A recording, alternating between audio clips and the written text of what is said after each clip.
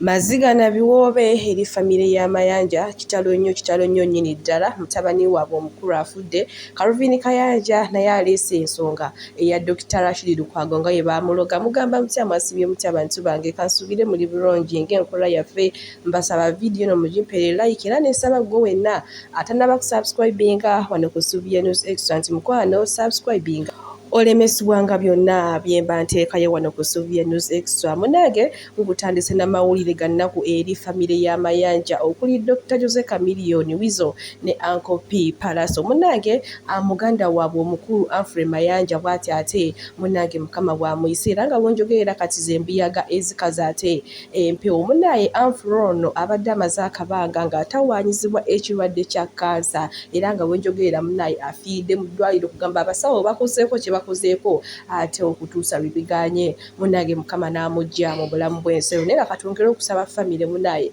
mukama agigumye era munange ne Anfre naye bambi omukama amusonyiwe byonna byamusobako era amuwe n'ekitangaala eky'olubeera. Anfre ono y'abadde omukulu mu famire ya Mayanja munaye bw'ati ate mukama wamuyise kyokka ate tujjukira n'omuto eyali kaggalanda asembayo AK47 munange naye bw'atyo bwe yagenda mbufunze eyaggulawo n'eyaggalawo bonna wenjogerera ssaawa zino mu famire ya Mayanja tebakyaliwo. Mukama ate bw'atyo bwe yabayise kala byebiri mu sayidi ezeyo. Mawulire ga nnaku nnyo nnyini ddala. Jjukira taata waabwe omukulu Mayanja yafaayo n'agamba nti munnange naye agenda kuvaayo yeesimira entaana nti singa mukama aba amuyise aleme okusumbuwa abantu bw'ate bamusimira ntaana bakola ki. Ne twebuuza yii ate ekirowoozo ekyo eky'okwesimira entaana okijjewa ng'okyali mulamu naye ng'ate ebyo ebiri mu sayidi ezeyo. Calvin Kayanja muyina maaso wano munnaye nga ye atukakasa nti ono Dr. Rashid Lukwago munnange muloge mbu ye eddogo lye limukozesa bino byonna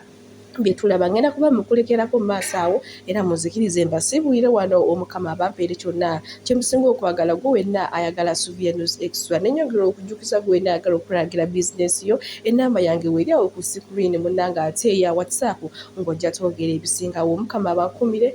Bye bye. Njagala weetegereze vidiyo zino ojja kuvaawo ng'otidde amaanyi g'eddogo bwe gaawula omusajja ne famire ye ne gamufuula omubuyabuya wa kuno. Kati nkumiddeko gwe gwe nywereddeko. Every behind a successful man there is a successful woman behind. She is my successful woman. She is my power. She is my energy. As a electricity wakiwulidde. She is everything. Dokita ki ekyakutuukako?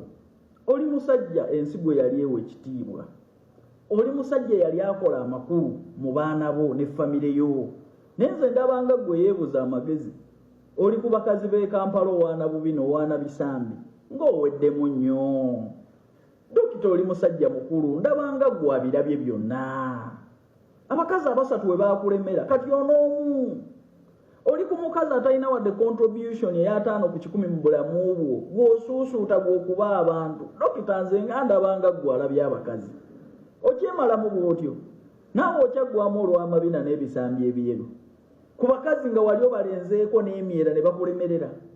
Dokita ndabanga weeweebu kuba omusajja omukulu oyo omuwala gw'opepeya naye omuzaalo oyina n'abaana abamusinga obukulu naye okwemalamu bw'otyo n'ebintu by'obubina n'ebintu by'ensi. Kitiibwa ki kyolekera abaana bo?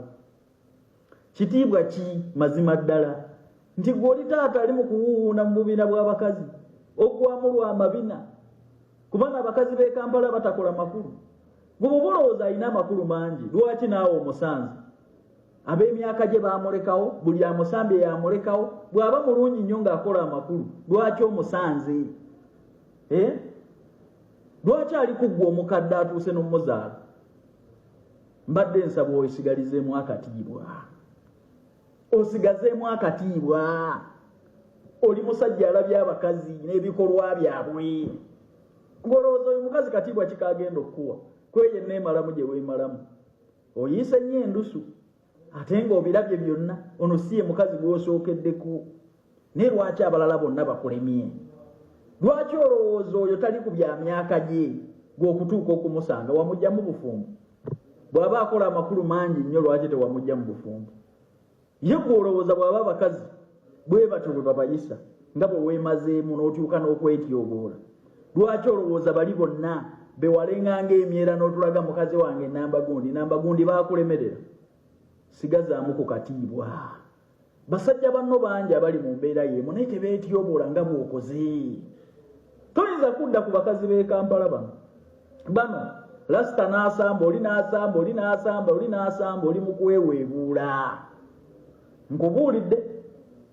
nkubuulidde nze nkwagala nnyo dokita cause you used to inspire me naye kati otunuulira ebintu byokola olinga omologe olinga wayo okutali bw'oba ozaavaako bakutwale mu lihabu nze ndaba dokita yeetaaga kuyamba tali munomo sensezeze omusajja yali asuziza ku bakazi abasatu nadda kugana mu mabina gano mbwawaana omukazi gw'atasulangako naye bw'agamba mukazi gw'otannamala naye mwaka naye bamusimbirako amannya golowooza lwaki ekyamunobyanga n'ekyamulemesa abasajja abalala atuuke okujja kugwa omukadde tubeemu amagezi tuleme kwetyoboola na bintu bya nsi abakazi be tusanze e Kampala buli omu akuusekuuse oli awo oyiise endusi osimbye amannyo weemalamu ekitiibwa dokita Gosiro kaseera weekyekinge genda bakeberemu genda ku musawo muganda akwozeemu oyinza okuba oli mu ccupa nze ndaba toli mu normal senses